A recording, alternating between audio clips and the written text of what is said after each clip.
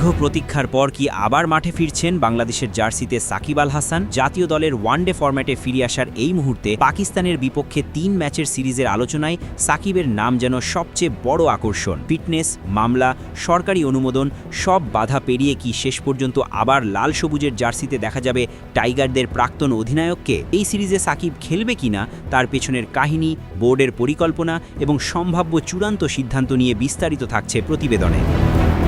বেশ লম্বা সময় পর বাংলাদেশ জাতীয় ক্রিকেট দল ওয়ানডে ফরম্যাটে ফিরছে। দেশীয় মাটিতে আগামী ১১ মার্চ থেকে ৩ ম্যাচের ওয়ানডে সিরিজ খেলতে আসছে পাকিস্তান জাতীয় ক্রিকেট দল। ইতোমধ্যেই সিরিজের সময়সূচি ও ভেন্যু চূড়ান্ত করা হয়েছে। তবে ক্রিকেট ভক্তদের সবচেয়ে বড় প্রশ্ন, এই সিরিজে আবারও জাতীয় জার্সিতে দেখা যাবে কি সাকিব আল হাসানকে? এই বিষয়ে বিসিবির সহ সভাপতি ফারুক আহমেদ বলেছেন, ক্রিকেট বোর্ড সব সময় চায় সাকিব খেলুক। আমাদের কাছে তিনি নাম্বার 1 প্লেয়ার। জাতীয় নির্বাচনের পর থেকেই সাকিবকে ফেরানোর বিষয়ে বোর্ডের ইচ্ছা প্রবল। পাশাপাশি সরকারের সদ্য নিযুক্ত যুব ও ক্রীড়া প্রতিমন্ত্রী আমিনুল ইসলামও জানিয়েছিলেন, দেশে এখন সাকিবের প্রয়োজন। তবে সাকিবের দেশে ফেরার পথে সবচেয়ে বড় বাধা তার নামে থাকা বিভিন্ন মামলা। ২০২৪ সালের ৫ আগস্ট ছাত্র গণঅভ্যুত্থানের পর সাকিবের নাম একাধিক মামলায় যুক্ত হয়, যার মধ্যে আছে গুরুতর অভিযোগও। বিসিবির পরিচালক এবং মিডিয়া কমিটির চেয়ারম্যান আমজাদ হোসেন জানান, মামলার বিষয়গুলো সরকারের পর্যবেক্ষণে রয়েছে।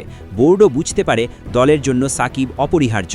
ফলে তার ফেরার প্রক্রিয়া শুধু ক্রিকেট সংক্রান্ত নয়, প্রশাসনিক ও আইনি অনুমোদনের ওপরও নির্ভর করছে। ফারুক আহমেদ আরও বলেন, ফিটনেস ও প্রস্তুতির বিষয়েও সাকিবকে আরও পরীক্ষা করতে হবে।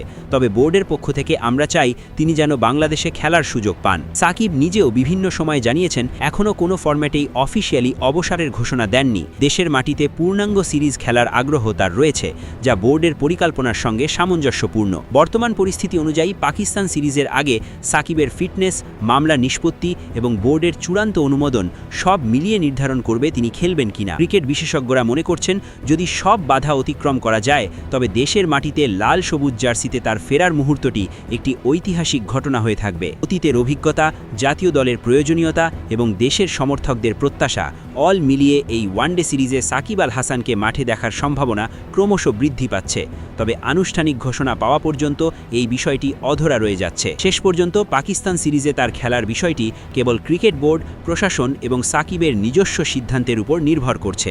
তবে ভক্তরা আশা করছেন, দীর্ঘ প্রতীক্ষার পর আবারও জার্সি গায়ে জড়িয়ে মাঠ মাতাবেন দেশের সেরা অলরাউন্ডার।